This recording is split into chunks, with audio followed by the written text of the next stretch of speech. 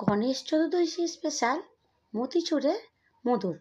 সবাই তো লাড্ডু বানায়, আমি আজকে মোদক বানাবো। খুব সোজা আর খুব সহজ।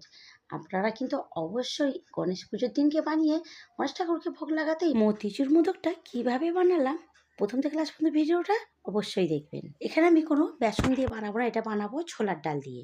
এই যে ছোলার ডালটাকে আমি 2-3 ঘন্টা আগে ভিজিয়ে দিয়েছিলাম, একটু নরম হয়ে গেছে। এবার একটা মিক্সারে জারে দিয়ে জল ছাড়া শুকনোটাকে বেটে নেবো।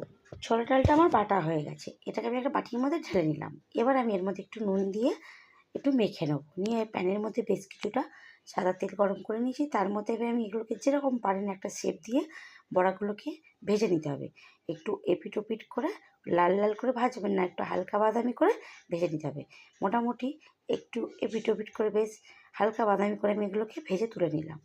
বড়াগুলোকে আমার ভাজা হয়ে গেছে, তুলে নিয়েছি। একইভাবে সব বড়াগুলোকে ভেজে নেবো। এগুলো একটু ঠান্ডা করে নেবো। তার মধ্যে একটা চিনির সিরা বানিয়ে নেবো।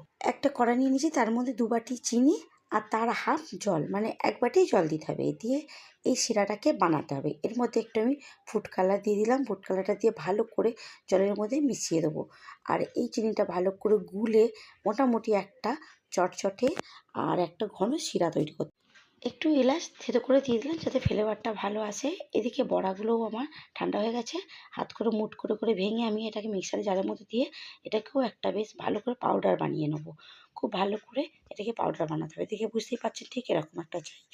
এবার আমি এদিকে আমার শিরাটাও কিন্তু রেডি হয়ে গেছে। ওই শিরার মধ্যে এবার আমি বড়ার মিশ্রণটা দিয়ে দিলাম, দিয়ে ভালো করে শিরার সঙ্গে মেশাবো। খুব ভালো করে মেশাতে হবে। এটা কিন্তু আবার রেডি হয়ে গেছে। এবার আমি ঢাকা দিয়ে 10 মিনিটের জন্য রেখে দেবো।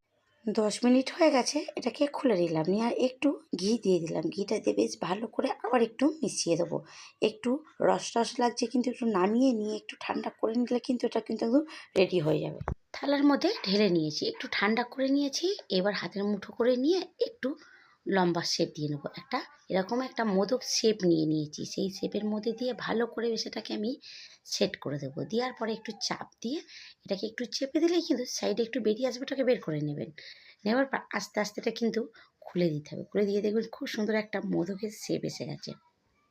দেখে বুঝতেই পারছেন কত সুন্দরভাবে আমি আজকের মতিচুর মোদক রেডি করে ফেললাম। আপনারা কিন্তু অবশ্যই বানাবেন। যদি ভালো লাগে আমাকে কমেন্ট করতে ভুলবেন না।